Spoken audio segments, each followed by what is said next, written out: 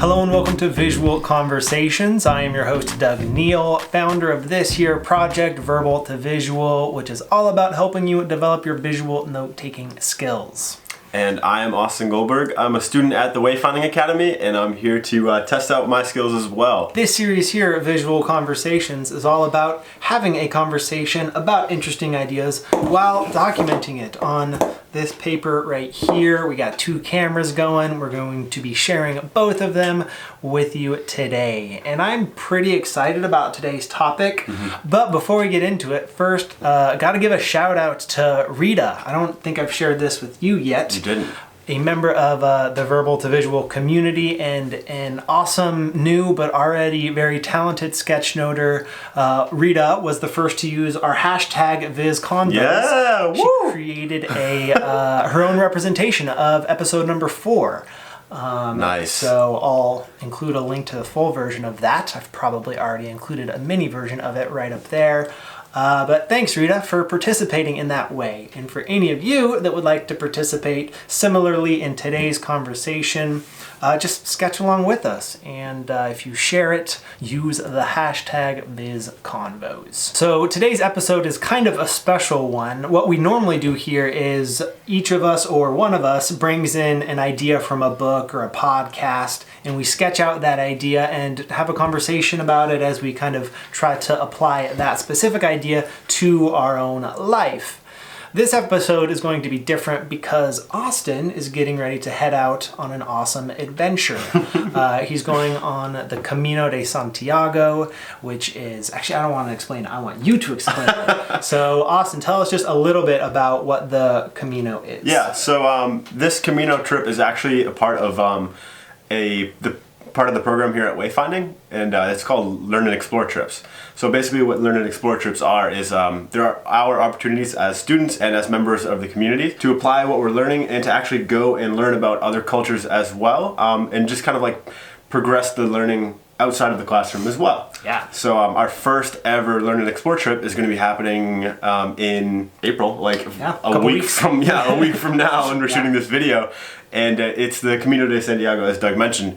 And for those of you that are not familiar with the Camino, as I wasn't before I heard about it 2 months ago, the Camino is a pilgrimage that people used to take in Spain, where you would it's a religious pilgrimage, and you walk for hundreds of miles. The journey, I'll get into the details of the journey that we're going to be going on, but it should be very reflective, transformative, and just a really cool experience in general. Yeah, and I'm excited for Austin to embark on that journey, and I feel kind of like connected to it for a couple of reasons. The first being that I got to go on the same Camino, though a different route. There are various routes that all lead to this same place in Spain, as we'll map out in a second. But there's been kind of a yearly trip on the Camino for, I want to say, the past 3 years. I'm pretty sure this is kind of the 4th trip that was first kind of started by the founder of Wayfinding and some of her colleagues. So I was lucky enough to go on that first trip. So I got to see what the Camino was like, and actually it was that very trip, the Camino, that led me to kind of go all in on everything I'm doing now, all the sketchnoting stuff.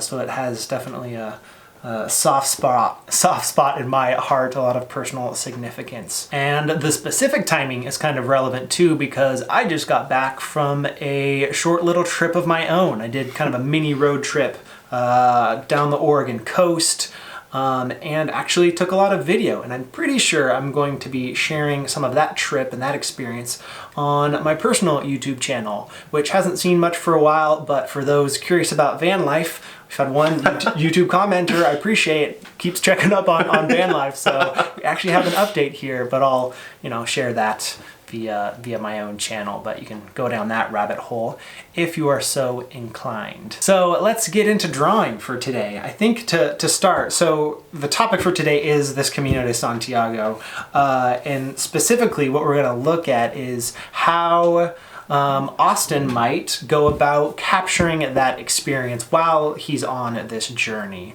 So my hope is that by looking at how Austin might capture his journey, that topic is kind of broad enough for any of you that might be going on an adventure, or even just folks that take, regular walks every day, or mini adventures, no matter what size. I think it's interesting and helpful to think through how you process those new experiences. So that's today's topic. To get it started, I'm going to let Austin draw a map of Spain and the two routes that the two different groups from wayfinding will be taking. All right. Gonna have to definitely look this one up. Yeah, so I like including maps, hand-drawn maps, kind of whenever possible or whenever relevant. Very frequently using a reference image, in this case, a map that we pulled up on my phone. Draw just like a tiny bit of France, and then like a tiny bit of Morocco too, just for context, I think. Good. That'll do. Right. Yeah.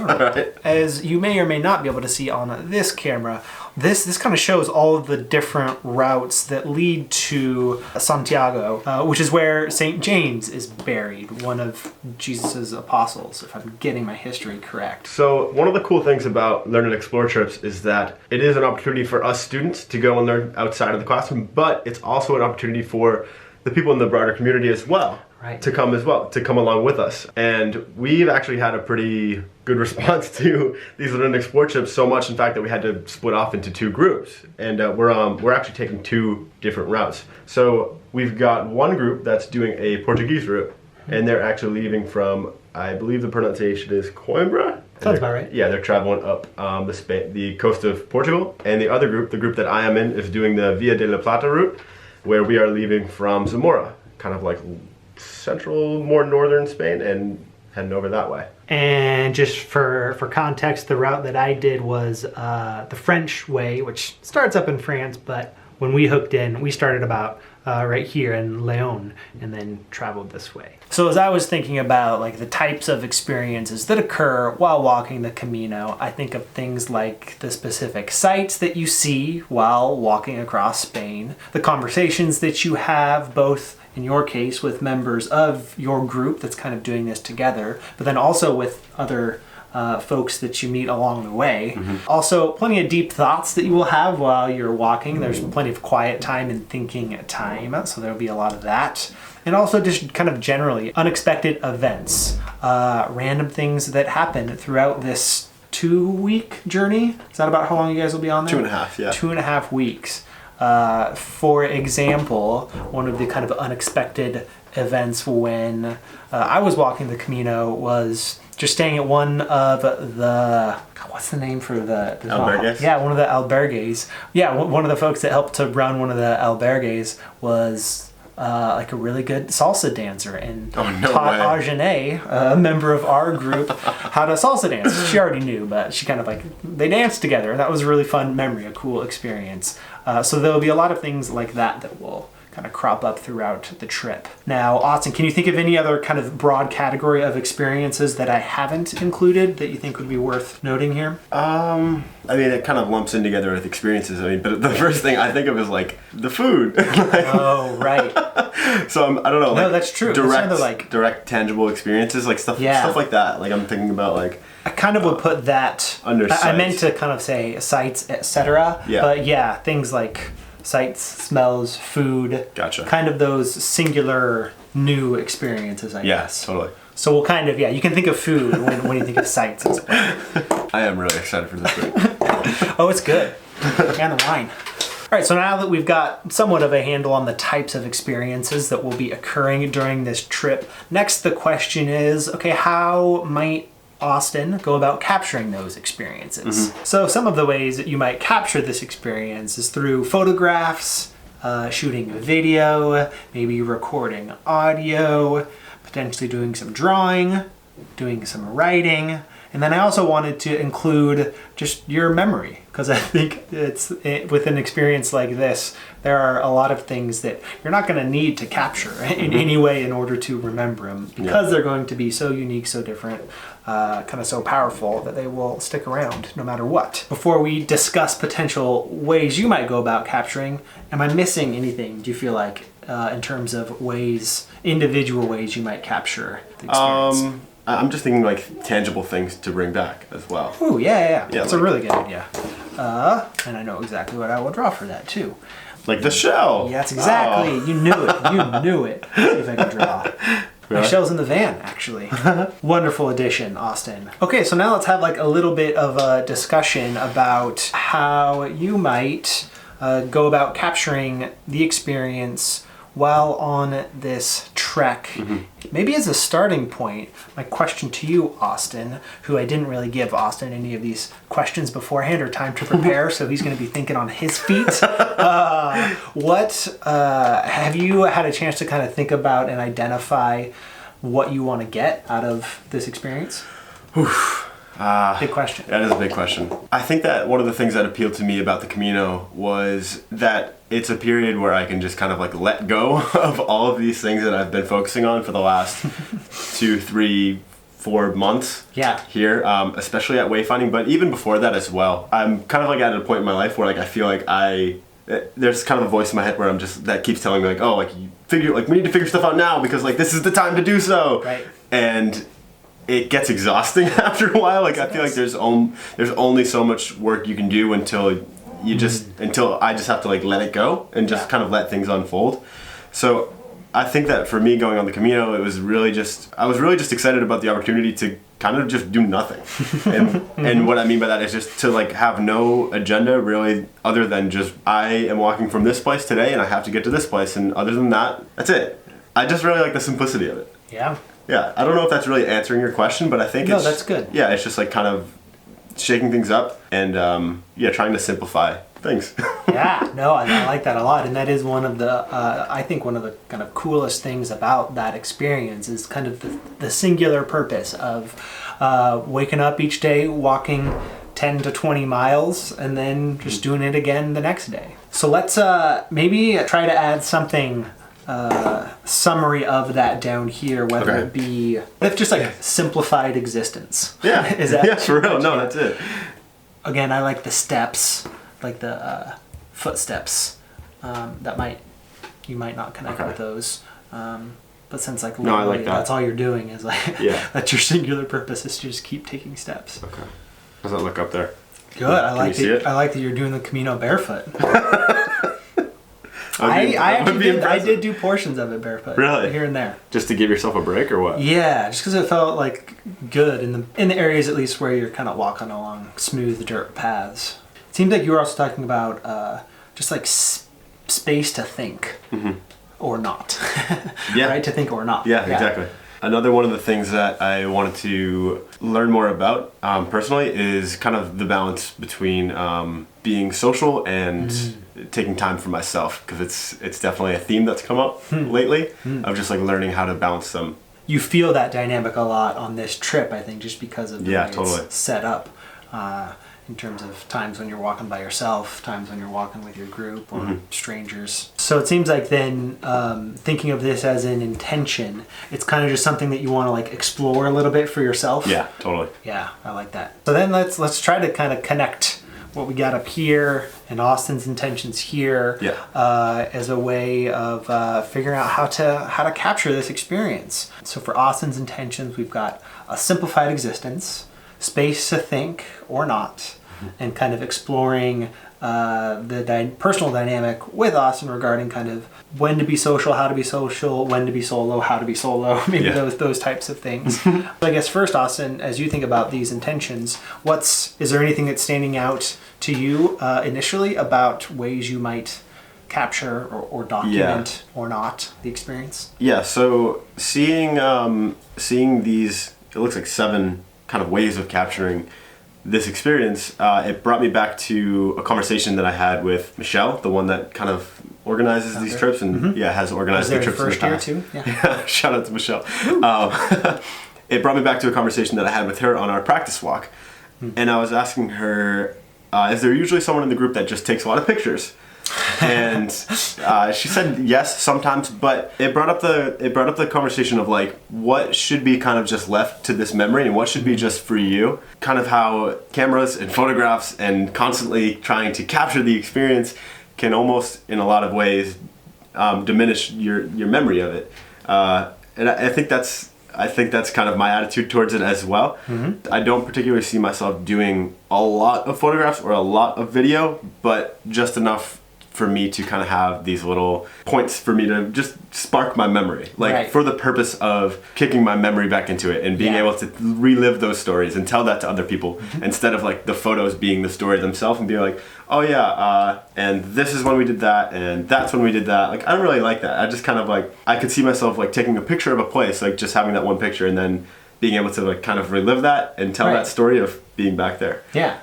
And I think oftentimes too, like a photograph of a place will remind you of all the things that happened in that place, even when those happenings aren't actually captured in the photo. So those are kind of, photographs can be like hooks or triggers to a whole set of memories. Yeah, totally. Okay. As far as mementos, I don't know. I think that's gonna tie into like these unexpected events. Right. I mean, I do anticipate having a shell though. Or you could even say just enough to spark memories. I don't know if I'll be doing drawing per se. Like I do like the idea of journaling though, and I think that in the journaling I could do some doodles like as I normally do. Right. And it could be a sketchnoting kind of thing as well. I think that if I'm doing more of a reflective journal though, it tends to be like a little bit crazier and just kind of like moving my hand as fast as to just try to get it to keep up with my head. Yeah, so a little more free form. Yeah, totally. I'm also wondering, in your experience, is having like a brand new notebook kind of like symbolic for you? Like I'm wondering, if I should get a journal for the intention of like capturing my thoughts and experiences and all that. Yeah, in this case, I definitely think it is worthy of a new journal for a couple of reasons. One, because it's like a big enough, unique enough of an experience that I think you will enjoy having a dedicated journal to it. Also because I like the idea of picking up a new journal so that you have a full one that's completely empty at the start. Just so you know you have that full journal and you don't have to worry about like running out of pages or mixing it in with other things. Yeah, totally. Cool, I like it. Freeform dedicated journal gives you the space and the freedom to do some writing, some drawing, good kind of sketchnoting. Yeah. Sketchnoted journal. I really do think though that I want the majority to be memories, as I think it should be. Any time spent capturing is kind of by default time not spent experiencing. So I think that's one of the balances that you have to play with and kind of choose is how much of each you're going to do. He's in the flow. He's like flowing along as he walks.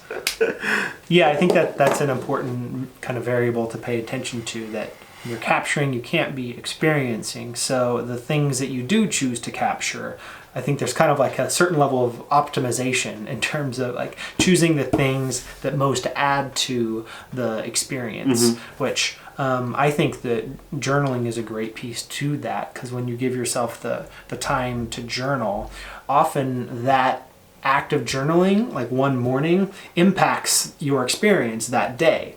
So it's kind of like you're not just capturing, you're doing some kind of in-the-moment processing of the experience that makes the next part of that experience even better or potentially deeper or more meaningful. Yeah, and I'm kind of wondering, I know I said freeform, but like I'm kind of wondering if it would be better to go into it with some intention and with a little bit of structure, just enough to be a little bit more reflective and kind of be intentional in the way that I kind of form my own experience on the Camino.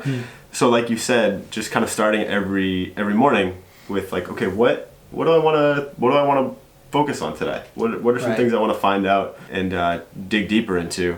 I'm wondering if is that something that you did on the Camino, and did you find it helpful? Yeah. So I think a couple ideas, because I think it is worth thinking a little bit about the kind of details of how you're gonna do this. And for me, I guess I kind of had one big question that was on my mind kind of throughout the entire Camino. That question kind of being like, all right, what's the next step in my career, and kind of specifically, do I want to jump all into like this sketchnoting thing?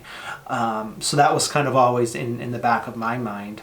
But what I see as a potential approach here with kind of a free-form dedicated journal, since in the mornings you pretty much just get up and start walking, I would maybe say you could do a real quick start of a journal entry, even if it's just listing like questions or words or topics to have in mind while you're walking that day. Because I do like the idea of setting some sort of like a few things that when you're walking, you don't have to force your thoughts about those, but a few things that you could think about that day while you're walking. I like the idea of identifying those things in the morning, and then in the evening, kind of if you get the chance, spend 20 or 30 minutes just jotting down some of the thoughts that came to mind or some of the experiences, whatever. The more free-form part can kind of happen organically in the evening. Do you like that breakdown? Yeah, I like that a lot, actually. Okay. So you could just do like morning, evening breakdown, like here and here. 2 little arrows. Yeah. Coming off. Ooh, you can make it all into one diagram. You could have it be like, here's morning, there's evening, like sunrise, sunset. Does that make sense? Yeah. And then you could do the specifics of it either below or above if you wanted. And you could be walking in the middle. I don't know if you like that or not, but I do. It's cool. Okay. Let me try to do that. Cool. So I like the way this is coming together. I think I do have one last closing thought here. Since, a lot of this thinking about and planning that we're doing, I think there's a danger to try to plan out too much of an experience like this. So my last, I guess, piece of advice is going to be related to that. And on that note, I think the idea being to not overthink it, not worry about overthinking this specific aspect of how to capture it, or to some degree over planning. I think this is pretty much in the sweet spot. I feel like that gives you enough of a potential way to approach the experience with intention without too much structure around a thing. Because some of the best pieces of this journey will be the things you don't expect, and you want to be able to be open to those things that you don't know are coming. How are you feeling about this overall potential plan for capturing a piece of your Camino experience, Austin? I think this fits in really well with what I'm looking to get out of the experience. I think it's simple enough for me to use it in a way where I get a lot out of it. Cool. Anything else you feel like sharing about this plan today, Austin? No, I think I'm ready to just take it all in and actually put it to work. Yeah. I'm ready to walk. Yeah, well, I like it. Cool. Well, I hope you guys have enjoyed this conversation as well, and that if you have any sort of journey coming up soon, that hopefully that our conversation helped you think through how you might document and capture that experience.